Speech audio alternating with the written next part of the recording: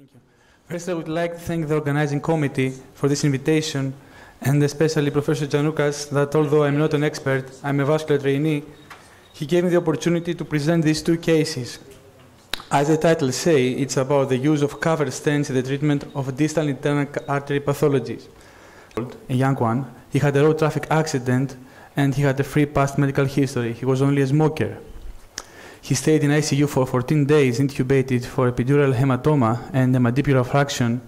His main complication was a chest infection, which was treated with IV antibiotics. He had a tracheostomy for 40 days, an infection of the site of the tracheostomy, and he went back to the rehabilitation center.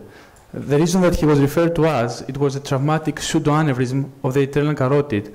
So before I move with the imaging, we had some questions about ourselves. So I made the same questions to you. Would you treat this patient urgently or in a second phase? Would you treat him openly or with an endovascular procedure? If you used an endovascular procedure, would it be with a femoral or common carotid artery access?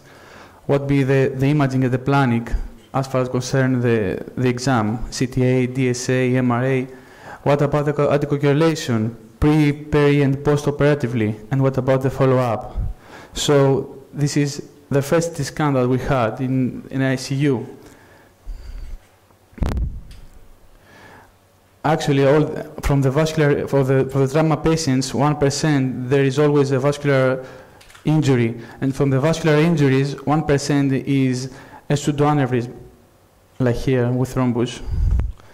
And because that in the last years there have been better protocols in the A&Es, the incidence has come higher. So it was proven to be as 3%. Here you can see the bifurcation that is actually really low, and the mandibular fraction that probably caused that vessel injury.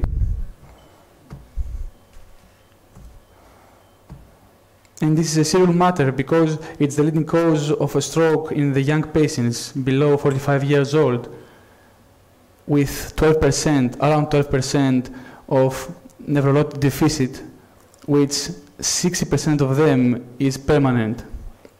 And of course, it has high mortality, up to 30%. So as far as concerned the operations, after full rehabilitation and the closure of tracheostomy with negative cultures from the trauma, under general anesthesia, we preferred common carotid artery access. And that was namely because we thought to use a cover stent, a Viaband.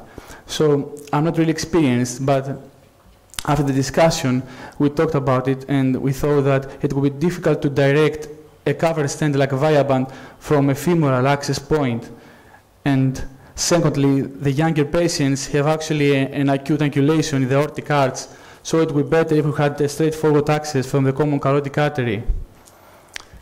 And it was proven a really, let's say, easy case. I mean, we just use a hydrophilic 0.035 wire, which went easily high. Then we put the cover stent, we inflated and post-dilated with a balloon, and we were happy with the result. During the follow-up, he had a CTA in the first month, and believe me, it is still patent, the cover stent, and this is after the first year. So in the literature, there are 23 case studies. This is what they used most of the times, with 193 patients, and this is what they used as anticoagulation after the operation. We used for 6 months dual antiplatelet therapy, and after that aspirin.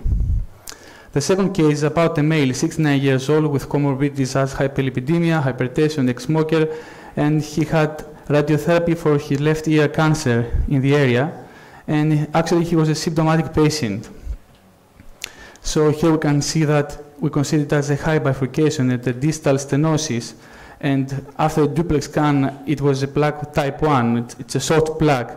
So again, with the questions, would you treat him with open or the vascular procedure? If you prefer the vascular one, would you use femoral or common carotid artery access? And if you prefer the vascular one, what kind of stent would you use?